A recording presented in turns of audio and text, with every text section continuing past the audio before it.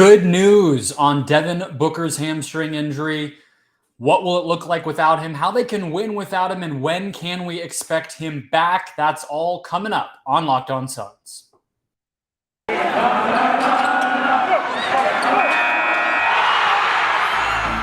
You are Locked On Suns, your daily Phoenix Suns podcast, part of the Locked On Podcast Network, your team every day.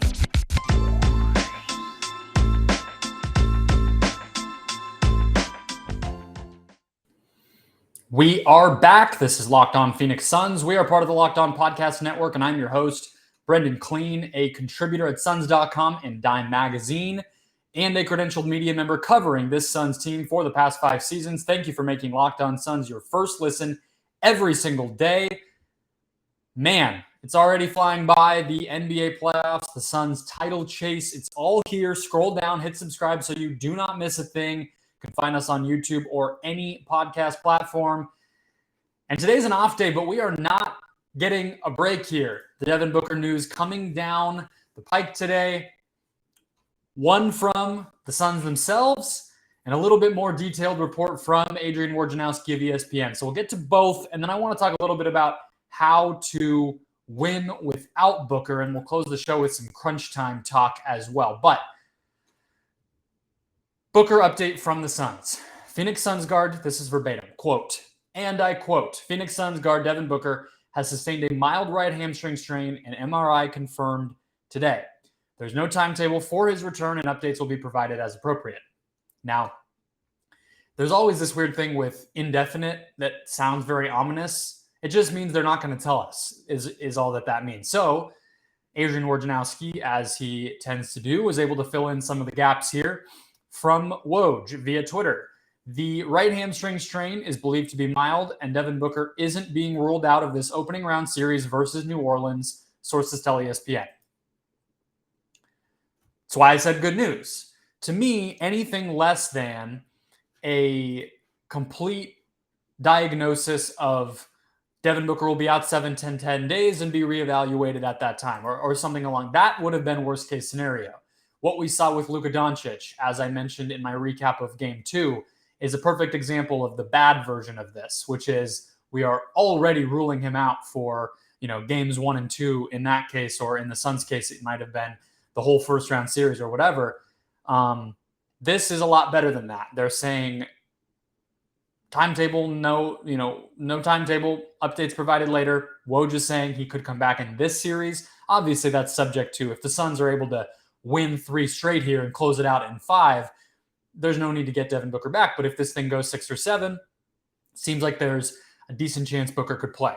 So as a reminder, Booker missed 20 days and 7 total games earlier this winter, around the end of November and early December, with a left hamstring injury. This is a right hamstring injury, both of them classified as strains, which it's kind of the only hamstring injury you ever really see referenced. So that's that. 2 ways of looking at this. With the previous left hamstring injury and that timeline in mind, this current update from the Suns and from Woj in mind, and also last year's hamstring injury during the NBA Finals and over the summer in mind. Here's what I mean. 2 ways of looking at it. 1, this injury, this hamstring strain, is a similar severity as the previous one in the winter, mid-season, and the Suns should just move on, basically. Hope Booker is back for Game 1 of the second round, because even I was walking through this thought exercise in Tuesday's show and Wednesday's show. If you cut the time in half, let's say it's 10 days. 10 days gets you to the end of next week. That's basically between game 6 or 7. And that's a pretty nice, friendly timeline if you're cutting the recovery in half, just thinking, well, it's the postseason now, and you go a little bit closer to the risk level in the playoffs, the risk line. That's still a very comfortable, nice, friendly timeline, still gets him back maybe in time for Game 7. So if it's similar to that, maybe you just flush this series down the toilet. You say, we got to win it without Book. Let's see him back game 1, second round, and we'll pick back up there. The second way of looking at this whole thing right now, as we know, as far as what we know, the details we have, is that this is similar to what he struggled with in last year's finals, which, if you remember, was he sits the fourth quarter of game 3. Nobody knows why. I will never forget doing the recap podcast of that episode because I don't think we were doing video yet. We may have been. I was in my little tiny bedroom that I was sharing with my wife at our Airbnb in Chicago because my parents had offered to take us on a quick little weekend 4th of July trip. And I had no idea the Suns were going to make the finals. So we all are cuddled around watching game 3, eating this Italian food restaurant. And then Brandon Duenas, aka Zona, and I, he's the co-host of the Solar Panel Show now, are just sitting there like, what on God's green earth is going on that Devin Booker just sat an entire fourth quarter of a finals game? Well, we come to find out, and I think most of us assumed he was hurt, but the reason that it didn't end up being obvious is that he played games 4, 5, and 6 at a pretty dang high level. And then he goes on to the Olympics where he's playing good basketball. Doesn't look like he's hurt or limping around by any means. I mean, you could maybe find places where it impacted him, but it was fine. So in that case, Booker missed, let's assume he sort of was resting at practice and things, missed a few days and then hit the ground running in a way more intense environment than the Pelicans' first round series and played at a very, very high level. So those are polar opposite situations. I don't know where we are. I truly don't. But I feel like hearing that Woj is calling it possibility that he could be back in the first round and the Suns themselves are calling it a mild strain, that makes me feel like we're closer to the second outcome, the NBA Finals thing, a few days, than 20 days like it was earlier in the regular season. It's impossible to know right now unless somebody is able to get hold of the MRI results and analyze them and send them to me. It's at Brendon Kleen 14. My DMs are open, but unless anyone's able to do that for us, we just will have to wait.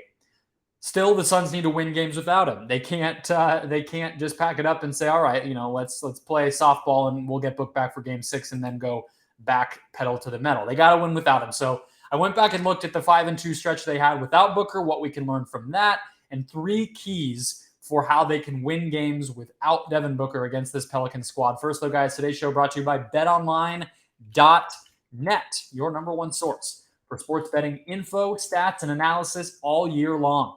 Find the latest developments, including analysis, articles, podcasts, and more at BetOnline, including commentary on the NBA playoffs, the MLB regular season. MLB is so much fun to bet on because I feel like I increasingly don't watch those games. So it's just kind of like, that team seems better. This odds, this podcast or this article that I'm listening to, they seem to be pretty confident. Let's go for it. Why not? And I love it. It's just makes things fun. I'm looking at BetOnline right now. NBA draft odds for the first overall pick. I've been on this for a while. I actually have not put any money down my own, but I need to. Paolo Banchero plus 325 to be the number one overall pick. You are having people like Kevin O'Connor go out on a limb and say Paolo should be the number one pick. He played the best out of any of these 3 guys in the NCAA tournament. He's a scorer. Teams like that. They're going to think about Jason Tatum. They're going to think about Kevin Durant. They're going to say, why not Paolo? So guys, head to BetOnline. Read up, make your bets, learn, do it all. BetOnline, where the game starts. The Suns will need to win 3 games out of the next 5. Tied 1-1. Home court advantage is gone, and no Devin Booker.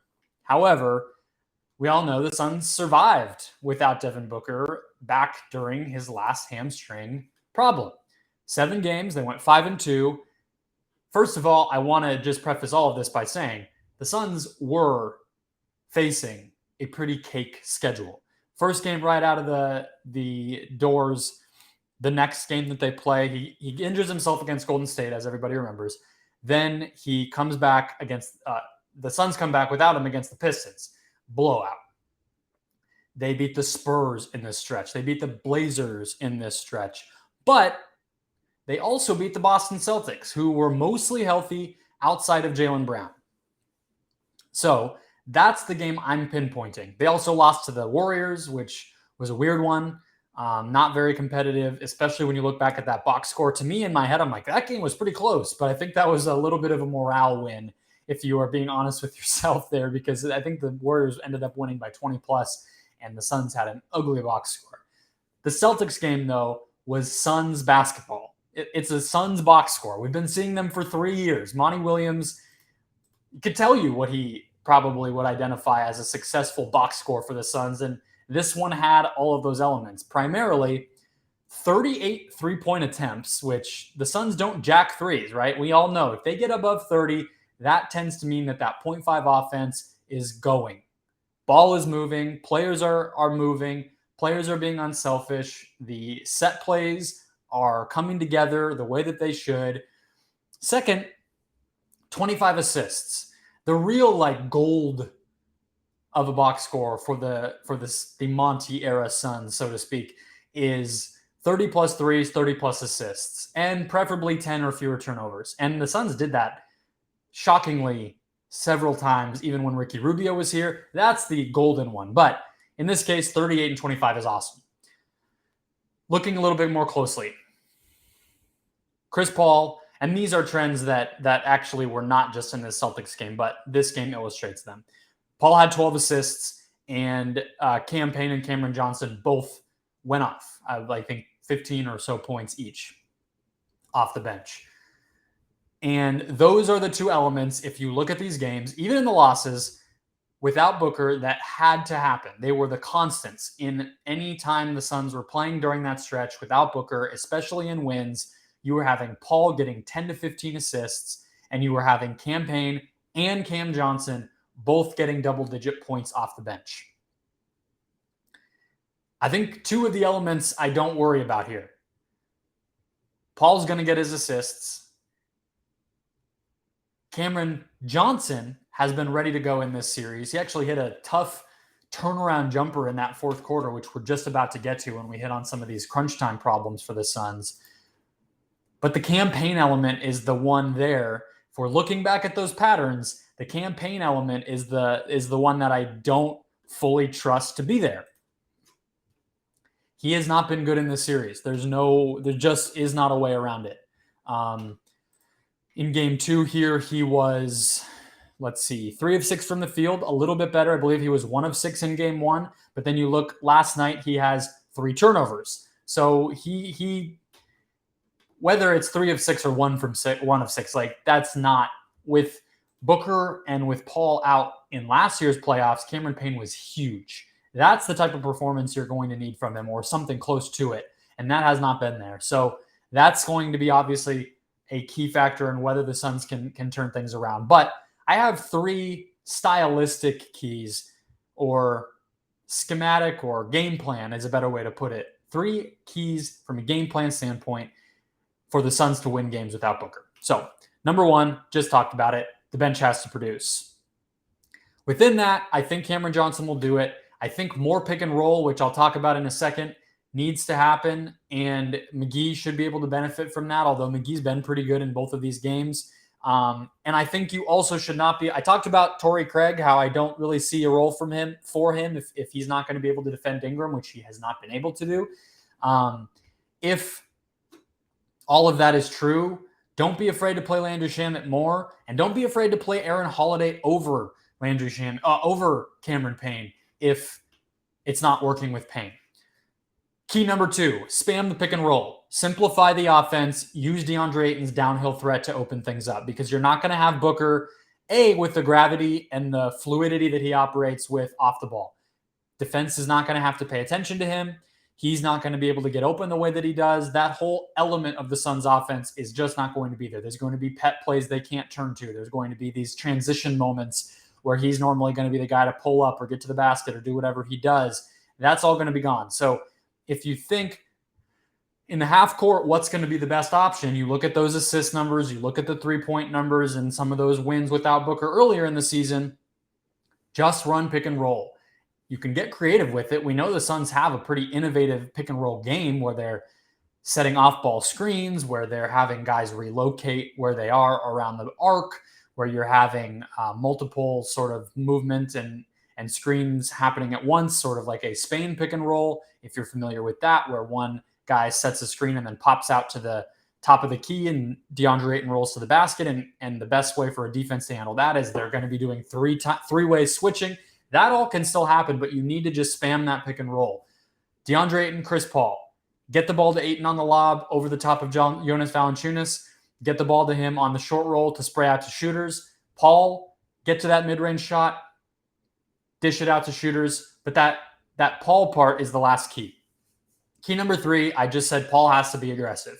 Talk about this with the crunch time stuff to close out the show here in just a second. But Chris Paul was tentative in that fourth quarter last night. He has been tentative outside of in the first 3 quarters, in 6 of 8 quarters, the first 3 quarters of both of these games. He has not looked to score at all. He actually didn't score at a super high level in a lot of the games without Booker earlier in the season. But in that Celtics game, Paul, I believe, had 20-plus points. And that is something that has to continue to happen. I just think the playoff stuff, that's just where your best player needs to be able to create offense for himself, make shots in big moments. You can get away with some casual wins without your best player in the regular season, but in the playoffs, when defenses are keying in, when the best players are playing more minutes, Paul can't be tentative or nonchalant about things. Like, you're going to need like 20 and 12 from Chris Paul every single night. And that's an easy and obvious one, but it just hasn't happened. I mean, he had the massive fourth quarter in game 1. He actually scored pretty well in the fourth quarter in game 2. He was 2 of 5 from the field, 7 points and 5 assists in the fourth quarter of game 2. It's not awesome, but it's at least the 5 shot attempts. Like, he was taking them once Booker went down. It needs to be consistent throughout. All right, let's get to that fourth quarter. Let's dive in a little bit. I'll give you my observations. I went back and watched the fourth quarter specifically. Didn't want to relive too much of that game, to be completely honest. I watched the Booker highlights because we all did, and then I was like, I got to watch some of it. Let me watch the fourth quarter to see what went wrong and how they can fix it. It's going to surprise you, I think, because it wasn't the Suns playing terribly, I don't really feel. It was a lot of things going right for the Pelicans, and I think some of them are fixable. So we'll dive into all of it in a second. First, though, guys, today's show brought to you by Built Bar, the best tasting protein bar ever. My favorite protein bar. It's a cult here at the Locked On Podcast Network with how much we love these things. Delicious, delicious stuff. There's a flavor for everybody, which is probably how you get a group of dozens and dozens, if not probably over 100 different podcast hosts to say we all love this same thing. It's because there's something for everybody. Maybe you are a sweet tooth. You love the double chocolate like me. You love the peanut butter brownie. Or maybe you're a little bit on the lighter side and you prefer something like coconut or raspberry or orange. All of them covered in 100% chocolate, all of them soft and delicious and easy to chew, and all of them with that perfect macros chart for a snack. Less than 150 calories, less than 5 grams of sugar, and 15 to 20 grams of protein. Seriously, I don't have an answer for how they do it. They're all about taste. They make it delicious first, then they figure out how to make it healthy. And they do it every single time. They pull it off every single time. For a limited time, you can get mint marshmallow puffs, the latest release from Built Bar. They're constantly trying new stuff. They're constantly doing limited time releases. So go to Built.com. Go now. Built.com. Check out the new stuff. Check out the classics. Check out your favorite. Maybe find a new favorite. And when you do, use the promo code LOCK15 to get 15% off your next order. That's promo code LOCK15 for 15% off at Built.com. My notebook here from the fourth quarter. I won't get too into the weeds. No one wants to sit there and hear about how the Pelicans dismantled the Suns. But actually, as I was just saying, don't think that's really a fair read on it. So here we go. Here's where I think things get interesting. There were 2 inflection points in the fourth quarter, okay? 8-minute and 22 mark. Well, like 10 seconds before that is when it starts. The Suns go up 96 to 95 at the 8-minute and 22-second mark. That's the Cameron Johnson smash dunk in transition. He steals a pass to Herb Jones, maybe, gets out, fast break, smash dunk. Willie Green calls a timeout. Very good timeout, first of all. But that's the Suns' lead. I forgot that happened. But they did. 8 minutes left in the game. The Suns take the lead back. No Devin Booker, all of it. Take the lead back. But right about then, Brandon Ingram comes into the game. And that's really the first major inflection point. Ingram would go on to have 12 points and an assist in the final 8 minutes. He closes the game. I mean, it's his coming out party. We all know that. Okay. Second inflection point, just a couple moments later. The Suns go down 99 to 98 on a Jonas Valanciunas hook shot. So first of all, I want to just say on the note of the hook shot, that and a Jose Alvarado floater were both actual things that happened in this game. You had a flailing Valanciunas hook make, and then you have an Alvarado who's like 5'10". He's shorter than Chris Paul, making a floater in the lane like over JaVale McGee's head as another shot. So just bear that in mind, that some of this is just luck or randomness and things turn on a dime in the playoffs. But at that moment, 99-98, Valanciunas puts them up. The next two Suns shots, this is a mistake. This is not bad luck or misfortune or randomness. The Suns' next two shots in that moment are a Chris Paul post jumper, which, like, if you're gagging, so am I. It's bad.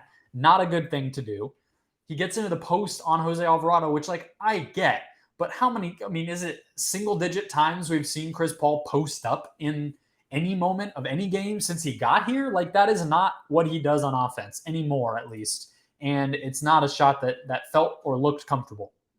Second one, after the Pelicans actually miss. So the Suns give up that weird Chris Paul post jumper. The Pelicans actually miss, kind of bail Chris Paul out on that one. And then the Suns get the ball back, again down 1 point, 99-98. And the next shot is a sort of out of rhythm, little bit of time left on the clock, DeAndre Ayton mid-range jumper. One of those where he doesn't shoot it fluidly. He just kind of throws it up there.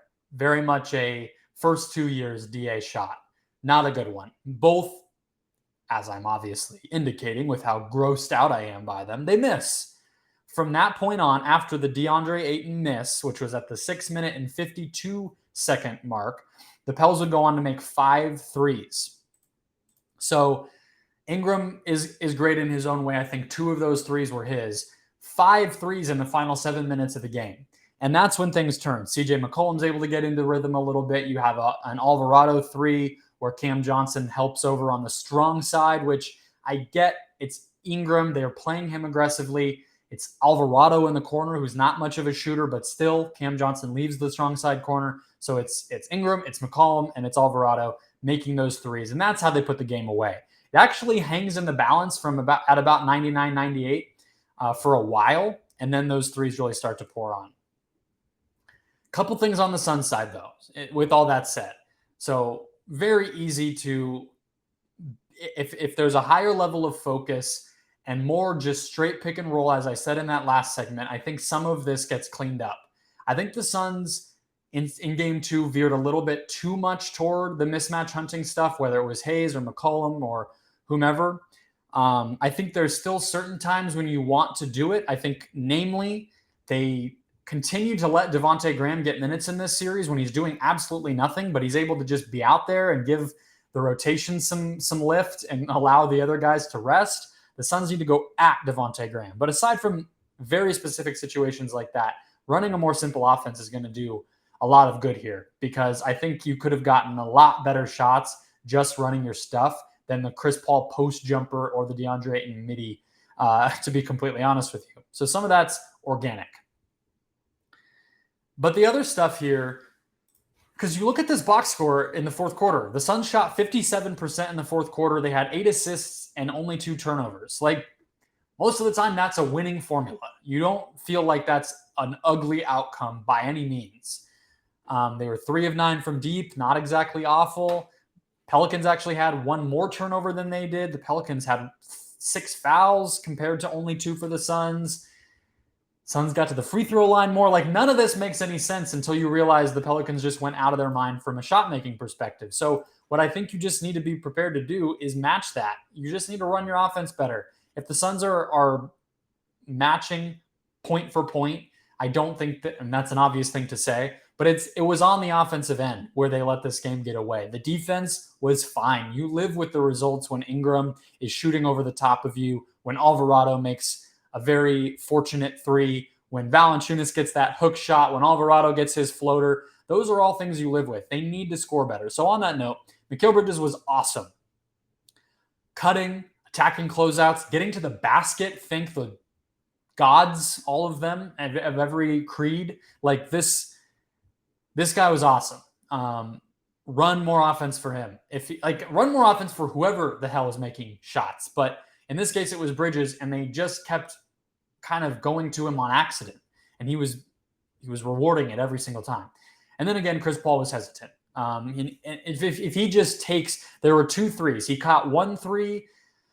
It was Trey Murphy closing out to him on the top of the key. I don't remember what led to it, but it's a kick out back to Chris Paul. And rather than take the 3, which was a little deep, but not a shot he incapable of making by any means, and it's Trey Murphy, who was slow on the closeout, and it's not like he's 8 feet tall. He passed it away.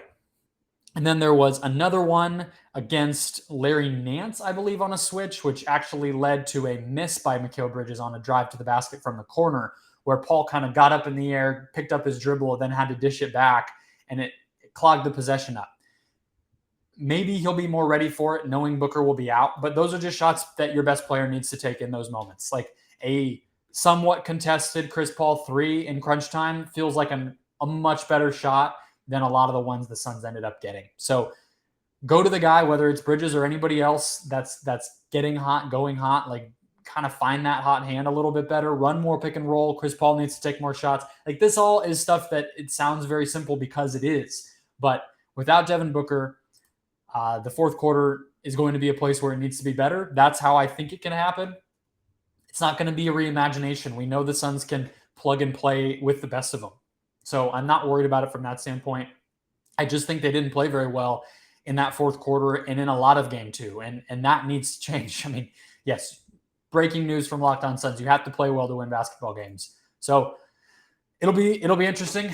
Of course, I feel like I say that every day. The NBA playoffs are just so full of these chess moves, and every game is its own little living, breathing thing. The Scott Foster thing did not end up mattering. It's this polar craziness from Booker where he's 31 points and then he's hurt. And now in game 3, it's, can you survive without Booker? And there might be foul trouble or another injury or whatever on either side, and you just never know. So I think that getting back to the basics with this team is going to be where I would go if I was the Suns coaching staff. And I think that there's some openings to just go back to the normal stuff, and they're not doing that enough. So that's the message I'm hoping you're getting from this show. Do not go anywhere. Hit subscribe. Aaron Edwards joining us Friday to get his take on games 1 and 2, preview game 3 a little bit for you, maybe some more info on Devin Booker once the media is able to talk with the players and coaches. All of that coming. And then I will do a bonus episode on Friday night for you guys because I'm a sucker, because I love doing these and because I'm going to be watching. So why not? That's the schedule for the rest of the week, folks. Thank you for making Locked On Suns your first listen today and every day. Now go make Locked On NBA your second listen to catch up on everything going on around the league on Wednesday night.